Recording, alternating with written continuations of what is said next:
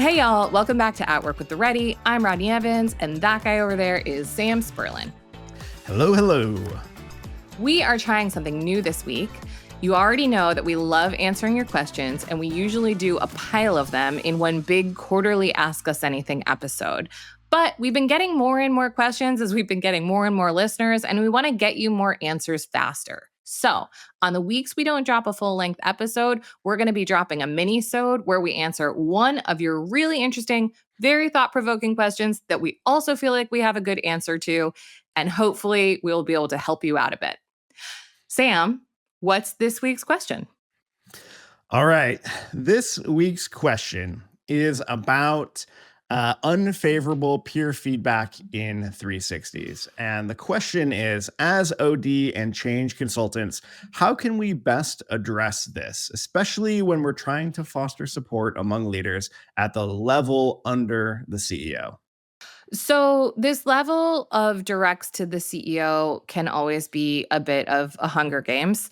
And one of the concepts that I just think slaps every time is the first team concept. This comes from Patrick Lencioni's work, and just the idea that as a leadership team, while we have a lot of responsibility for our domain, we have a lot of accountability to the people who work for us. We really need to prioritize the horizontal relationships of the executive team, even over our allegiance and our alliance with our functional team and organization. That's like a mindset shift, and it's a shift in a bunch of OS moves. But if that is the first principle, it sets the tone for everything else, and it gives you one coherent idea from which to design incentives, meeting rhythms, feedback, blah, blah, blah, a bunch of other OS moves. But if you can't all agree to and sign up for the first team concept, it's really Yeah. hard to do the rest of it. What would you add, Yeah. Sam? I agree with that. And I think the kind of universal thing that I end up talking about with feedback, or specifically feedback that starts to get personal or just interpersonal Mm, challenges, is that as the org design professional in the room, can you help start to shift the conversation to the patterns that you are seeing in the OS that are creating these interpersonal challenges? Like, we mhm. really firmly believe most, not all, but most of the interpersonal challenges that we experience in organizations can be traced back to something going on in the OS that's not Yeah, personal at all. sure. And I'm not saying it's necessarily going to be like a light switch moment for these folks who may be getting a lot of other needs met by fighting with each other, but starting to shift to more of an OS perspective of what's going on can at least start to change the conversation into a domain where you can do something. I think that's great. And I'm glad you reminded me that this is an OD person asking. I also think that this is a place where the CEO must assert a point of view on what tolerable behavior is. I'm actually working. I'm newly engaged with a CEO I haven't worked with before, and he's really brilliant. And he said something in a call the other day that I've never heard a CEO say before, which is rare. Mhm. For that to happen at this late stage in my career. He said that at the leadership team level, at the top of the house, he considers every single employee in their organization to be all of their responsibility.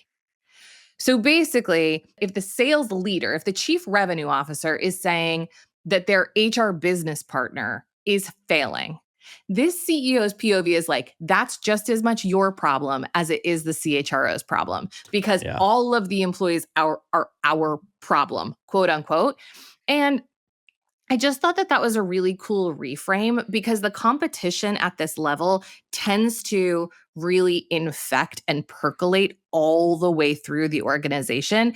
And when you have a CEO that says, this is the first team, no shit, and B, every employee that is not in this room is all of our responsibility in some way, it really changes the conversation very quickly.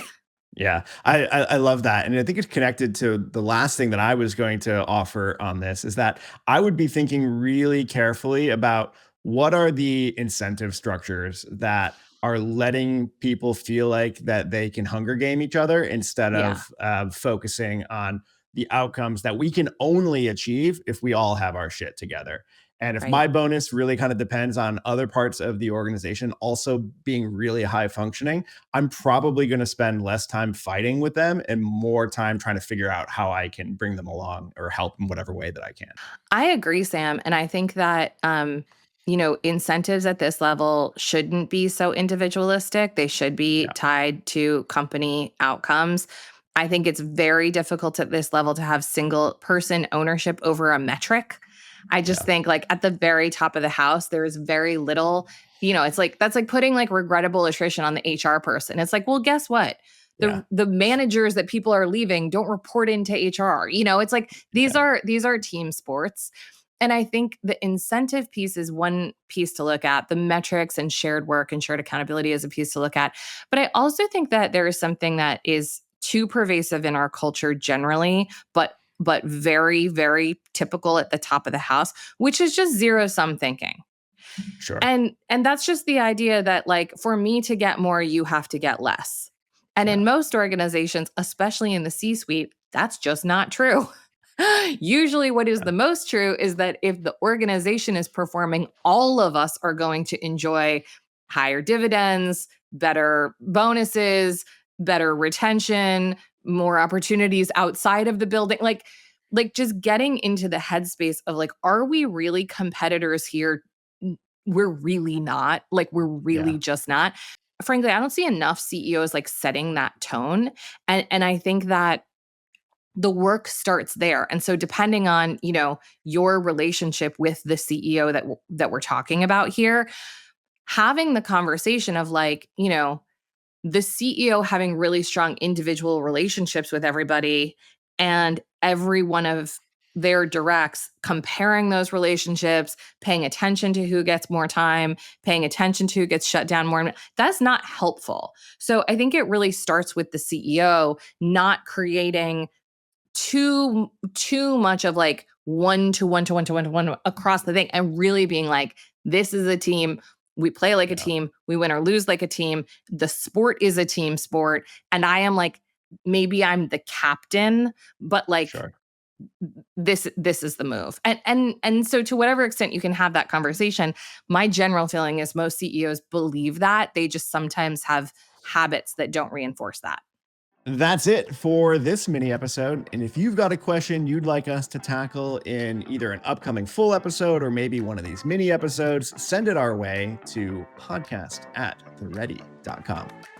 And since this is an experiment, let us know what you think. We will see you back next week for a full episode of At Work with Ready. Thank you for listening.